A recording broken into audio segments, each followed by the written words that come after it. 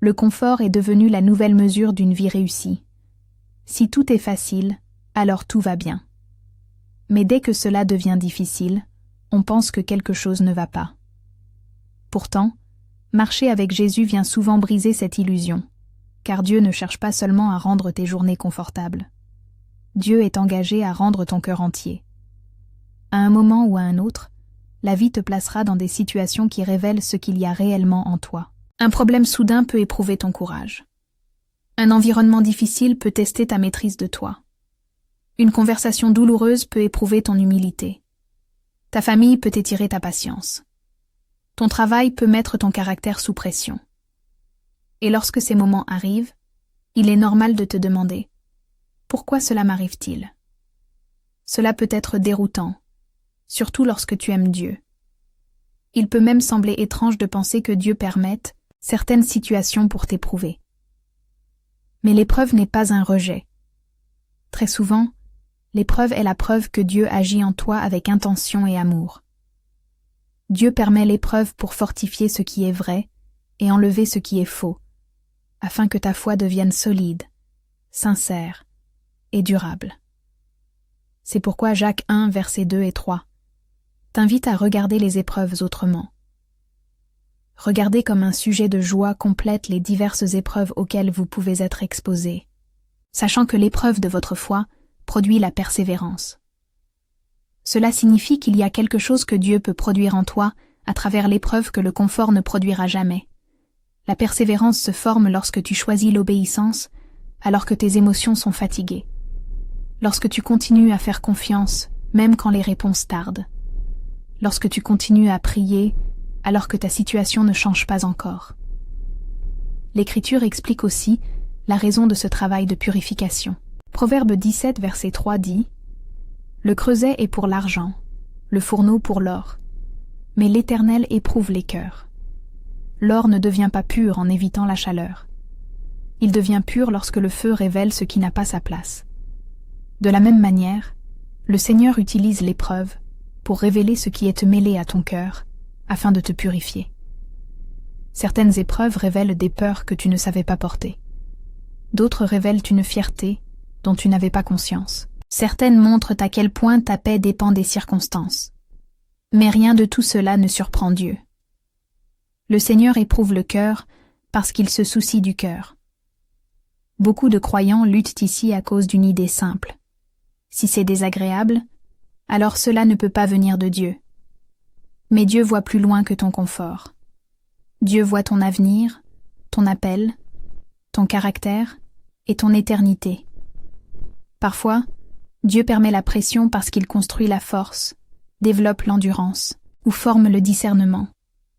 Le but n'est pas que tu restes la même personne avec un peu plus de religion.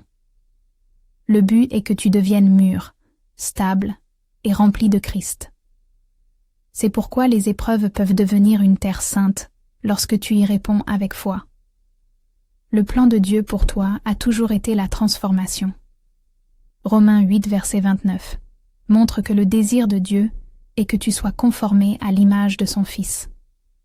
Et Romains 12, versets 1 et 2 t'appelle à un esprit renouvelé, une vie transformée et une nouvelle manière de penser. Dieu forme Christ en toi. Il t'apprend à aimer comme Jésus, à persévérer comme Jésus, à répondre comme Jésus et à rester fidèle comme Jésus. Jacques ne parle pas seulement du but de l'épreuve, mais aussi de la récompense pour ceux qui persévèrent. Jacques 1, verset 12 dit « Heureux l'homme qui persévère dans l'épreuve, car après avoir été éprouvé, il recevra la couronne de vie que le Seigneur a promise à ceux qui l'aiment. » Il ne s'agit pas seulement d'une récompense future. Il s'agit aussi d'une bénédiction présente. Il existe une force spirituelle qui ne vient qu'à ceux qui continuent d'avancer. Il existe une joie plus profonde qui grandit lorsque tu réalises que l'épreuve n'a pas détruit ta foi, elle l'a construite. Il y a une assurance nouvelle lorsque tu regardes en arrière et que tu vois que Dieu t'a porté à travers ce que tu pensais ne jamais pouvoir supporter. Mais il faut aussi être honnête. L'épreuve comporte un danger. Elle peut approfondir ton regard vers Christ ou détourner ton attention jusqu'à ce que la douleur devienne tout ton univers.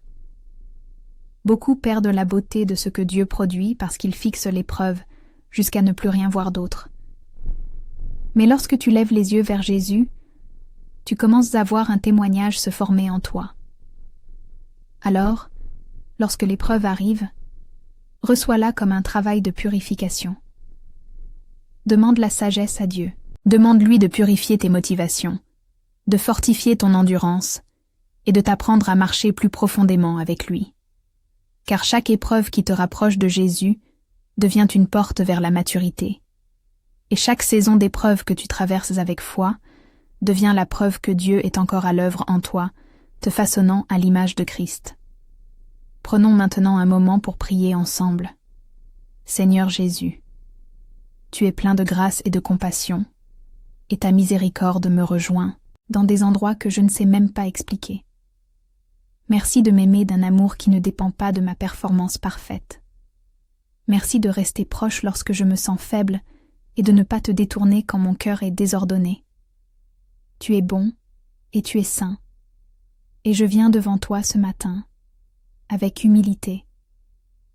Alors que tu permets que ma foi soit éprouvée, je te demande de me purifier de l'intérieur vers l'extérieur. Nettoie mon esprit des pensées qui m'éloignent de toi. Retire de moi tout ce qui est impur, orgueilleux ou négligent. Guéris les endroits de mon cœur endurcis par la douleur, la déception ou la peur. Je ne veux pas faire semblant d'être fort quand je ne le suis pas. Je veux être vrai avec toi, car tu vois déjà tout. Ô Dieu, crée en moi un cœur pur et renouvelle en moi un esprit bien disposé. Fais cette œuvre en moi, Seigneur.